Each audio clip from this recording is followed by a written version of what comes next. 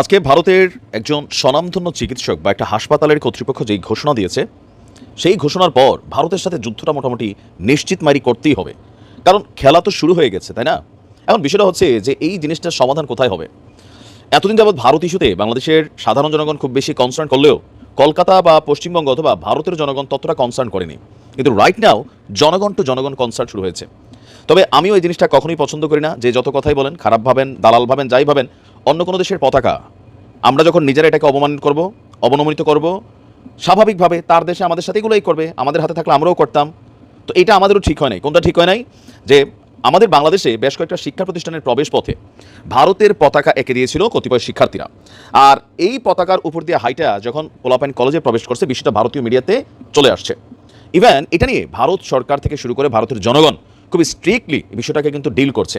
Even এই ঘটনাটার জের ধরে যে তোমরা আমাদের যেই পতাকা অবমাননা করছো, সেই পতাকাকে কিভাবে সম্মান দেওয়াইতে হয় আমরা ভারত জানি। তো কিভাবে দিবে দেখেন, যারা ভারতের সাথে কানেক্টেড না, সামহাও আপনার কোনো ভিসা ইস্যু নাই, আপনার চিকিৎসার ইস্যু নাই, অথবা আপনি কোনো ব্যবসা বাণিজ্যের সাথে ইস্যু নাই, তারা হয়তো ভারতের ইস্যুটাতে একরকম মুভমেন্ট করছে। কিন্তু ভারতের সাথে যাদের এই ইস্যুগুলো আছে তারা কিন্তু চরম বিপদে পড়ছে। আপনি এখানে একটা কনসার্ন করতে হবে, বড় গোষ্ঠী। আমরা ফেসবুকে কথা বলছি, রাজপথে নেমে যাচ্ছি, কিন্তু কোথাও না কোথাও যারা এইখানে কানেক্টেড তারা কিন্তু খুবই বড় বিপদে আছে। কারণ ইউরোপের অধিকাংশ দেশগুলোরই অ্যাম্বাসি কিন্তু ভারতে। এখন ঝামেলাটা কোন জায়গায় পাকাইছে দেখেন, ভারতের পতাকাকে প্রণাম কইরা আপনাকে ভারতীয় চিকিৎসা নিতে হবে।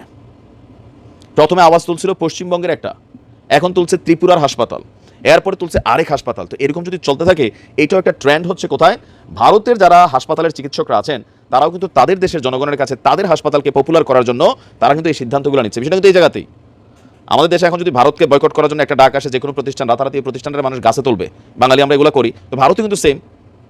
এখন আমরা দেখছি যে আপনার বাংলাদেশের পতাকাকে অবমাননা এবং হিন্দুদের উপর ইস্যুকে নিয়ে বাংলাদেশি রোগীদের চিকিৎসা না দেওয়ার ঘোষণা দিয়েছিল প্রথমে কলকাতার একটি হাসপাতাল।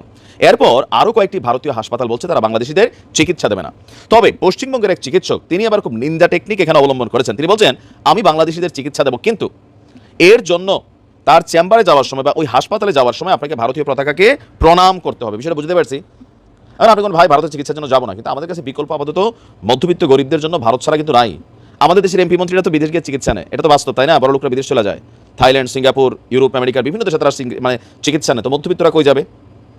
কম খরচে চিকিৎসার জন্য আমাদেরকে ভারতই যেতে হয়। তো যেই খেলাটা সার্বিকভাবে শুরু হয়েছে এটা কিন্তু ভালো দিকে যাচ্ছে না আমার কাছে মনে হচ্ছে। কারণ এটার জন্য একটা বড় সংখ্যক মানুষ ভুক্তভোগী হবে, পাশাপাশি দ্রব্যমূল্যের দাম আকাশ ছোঁয়া হবে। আমি বারবারই কিন্তু এই কথাগুলো বলি, কে কীভাবে নেন জানি না, বাট আমার কাছে মনে হচ্ছে যে একটা এক্সট্রিম লেভেলে চলে যাচ্ছে হঠাৎ করেই। ইস্যুটা কিছুই না এখানে, এখন তো ইস্যুটা হচ্ছে সরকার টু সরকার কোনো চুক্তি থেকে আমাদের সাথে এখন ঝামেলা হয়েছে। আগে আওয়ামী লীগ সরকার ভারতের দালালি করছে, ফাইন। এখন যে সরকার আছে তারা তাদের ন্যায্য হিস্সা চুক্তি বুঝতে যাবে, সেখানে যদি ভারত ব্যাকে আমাদেরকে অসম্মান করে দেন এটা আলাদা। কিন্তু চিন্ময় কৃষ্ণা ইস্যু বা অন্যান্য ইস্যু, ওই যে কি বলে যে রাজনৈতিক ইস্যু, এগুলোকে কেন্দ্র করে এখন যে খেলাটা শুরু হয়েছে এটা খারাপের দিকে যাবে। কারণ তথ্য বলছে বাংলাদেশের বিদেশগামী 100 জন যারা চিকিৎসা নিতে যায় বিদেশে, এর মধ্যে 70% মানুষ ভারতের চিকিৎসা নেয়। তো কেন নেয়? চিকিৎসাও ভালো, অবশ্যই তাদের পয়সাও কম, এটা হচ্ছে প্র্যাকটিক্যাল। আর যারা আমরা বিভিন্ন দেশে বৈঠা ভারতের অনেক ইস্যুতে বিরোধিতা করি, যাবো না, তা আমরা তো ভাই উন্নত বিশ্বে আছি, আপনি তো নাই। আপনি তো এখন বাংলাদেশে আছেন, আর আপনার টাকা পয়সা এরকম নাই, আপনি যাইতে হবে ভারতেই। অনেক মানুষ আমাদের ইনবক্সে মেসেজ দিচ্ছেন যে ভাই বিষয়টা নিয়ে একটু দেখেন না, এটা নিয়ে খুব এক্সট্রিম লেভেলে চলে যাচ্ছে, আমরা ভিসা পাচ্ছি না, কারো ইউরোপ আমেরিকার ভিসার জন্য অ্যাপ্লাই করে রাখছে, লক্ষ লক্ষ টাকা ইনভেস্ট হয়ে যাচ্ছে, দিচ্ছেই না ভিসা। ভারতের ভিসা না দিলে আপনার যেই মানুষটা স্টুডেন্টটা যে এত লক্ষ টাকা ইনভেস্ট করলো সে তো ভাই ধরা খেয়ে গেছে। এখন আমাদেরকে এগুলোর প্ল্যান বি ছাড়া যে হুট করে কোনো একটা কিছুতে আইসা এরকম অবস্থান নেওয়া, এটা নিজেদের জন্য ক্ষতির কারণ। এখন যে চিকিৎসক বক্তব্য দিয়েছেন তিনি ইন্ডিয়ান এক্সপ্রেসকে বলছেন, বাংলাদেশের জনগণ আমাদের পতাকাকে অবমাননা করেছে, যা আমাদেরকে কষ্ট দিয়েছে। আমি রোগীদের ফিরিয়ে দিতে চাই না, কিন্তু যারা আমাদের দেশে আসবে তাদের আমাদের পতাকাকে সম্মান জানাতে হবে। নর্থ বেঙ্গল মেডিকেল কলেজ হাসপাতালের স্পেশাল মেডিকেল অফিসার হিসেবে কর্মরত একজন চিকিৎসক বলছেন, আমি যে সরকারি হাসপাতালে কাজ করি সেখানে কোনো রোগীকেই আমি ফেরাতে পারবো না, কিন্তু শিলিগুড়িতে আমার ব্যক্তিগত চেম্বারে আমি জাতীয় পতাকা ঝুলিয়েছি, সেখানে একটি ভিডিও বার্তা যুক্ত করেছি, যারা আমার মাতৃভূমির পতাকাকে সম্মান জানাবে না তারা আমার কাছ থেকে চিকিৎসাও পাবে না। এখন এই বিষয়গুলো হচ্ছে কি, যে কোনো দেশের মানুষের কাছে বিষয়গুলো অপমানজনক। ভারতে যখন আমাদের জাতীয় পতাকাকে অবমাননা করা হয়েছে আমরা এটার প্রতিবাদ জানিয়েছি, তো ভারতের জাতীয় পতাকা অবমাননা করলে ভারতের মানুষ প্রতিবাদ জানাবে, এটা খুব সিম্পল। আমাদের কাছে পরিকল্পনা কিচ্ছু নাই, প্ল্যান কিচ্ছু নাই, খালি ওই যে একটা ইস্যু তৈরি করা, দেশ থেকে বিদেশ থেকে বৈশা বৈশা বিভিন্ন ধরনের বিভিন্ন গোষ্ঠী এই লাফাইয়া পরে দৌড় দিয়ে ঝাঁপাইয়া পরে। প্ল্যান কি ভাই তোমাদের কাছে বিকল্প? আপনি সরকারে দেখছেন, আপনি যে এত লাফাইতেছেন আপনার কথা ভারতের সাথে কিচ্ছু হবে? সরকার তো আপনি দেখছেন সরকারের সিস্টেমে হাঁটে, ভারতের সাথে সম্পর্ক উন্নয়ন করতে চায়, এই ডিসেম্বরে বৈঠক আছে। আমাদের কিছু কিছু অতিরঞ্জিত অ্যাক্টিভিটিসের জন্য বাংলাদেশের একটা বড় সংখ্যক জনগণ বিপদে পড়ে আছে। আমাদের ইনবক্সে প্রচুর মেসেজ যে ট্রিটমেন্টের একটা পর্যায়ে সে আটকে গেছে, যাইতে পারতেছে না, ভিসা দিচ্ছে না ভারতের জায়গা সঠিক।